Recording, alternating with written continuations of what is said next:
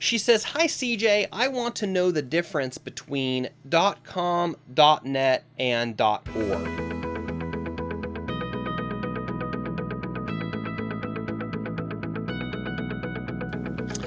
Alrighty, we've got some great questions. Let's jump into our questions.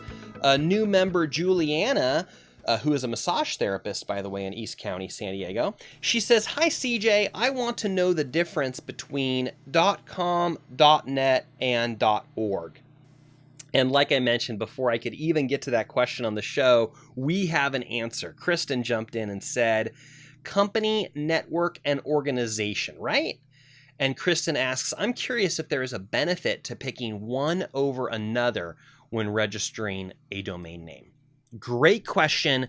Great answer, Krystin. You are correct. Yes, .com, that stands for company or also commercial. This is the most common domain name to register when you have a business. Hi, Farley. Good morning. Thanks for jumping into the call this morning. Glad to see you. So yeah, .com is probably the most common one. However, it makes sense if you're registering a .com, you might as well register a .net to go with it for a couple reasons. Number one, it might be something that you want to use later, so you might as well grab it now. Domain names are relatively cheap. My customers pay me about $20 a year to register and renew their domain names for them and manage them and set them up and all the other stuff that goes with that. And if you do it yourself in a different place, you might even be able to get it for less than that. But I do recommend the privacy option, which is included for my clients. So if you want me to register you a domain name, just drop me a line, cj@askawebgeek.com.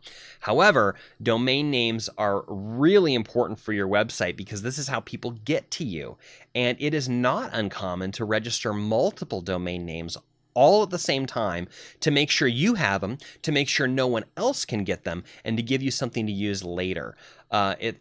Maybe you only are thinking about one website concept right now and you think you'll just grab that .com. If the .net is available, grab it too.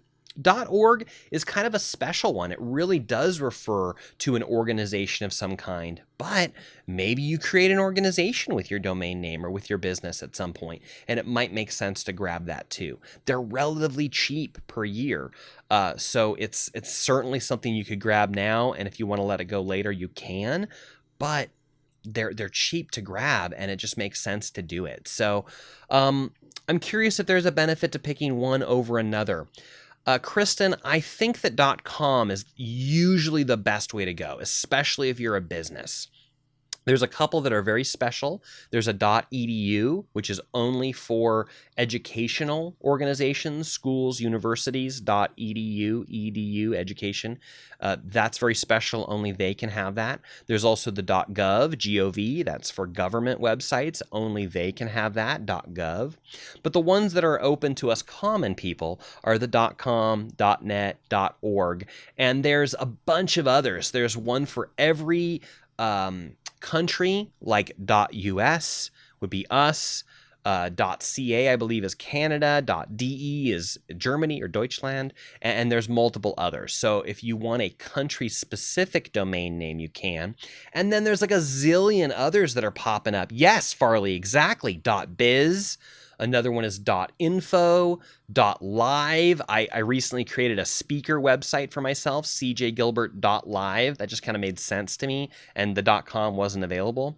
But it made sense to go with .live because it's for my speaking website where I'm speaking live to people. So see how that kind of worked for me, right? cjgilbert.live. Check that out. We're talking about domain names right now. Do you have any suggestions, comments around domain names? I was just saying a .com is like the most common one that you'll want to grab, but you could also get a .net. You can also get a .org if you believe that there's even a slight possibility you could use those later for your business.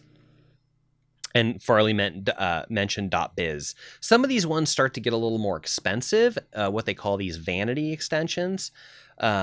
Those ones get a little more pricey. They can anyway.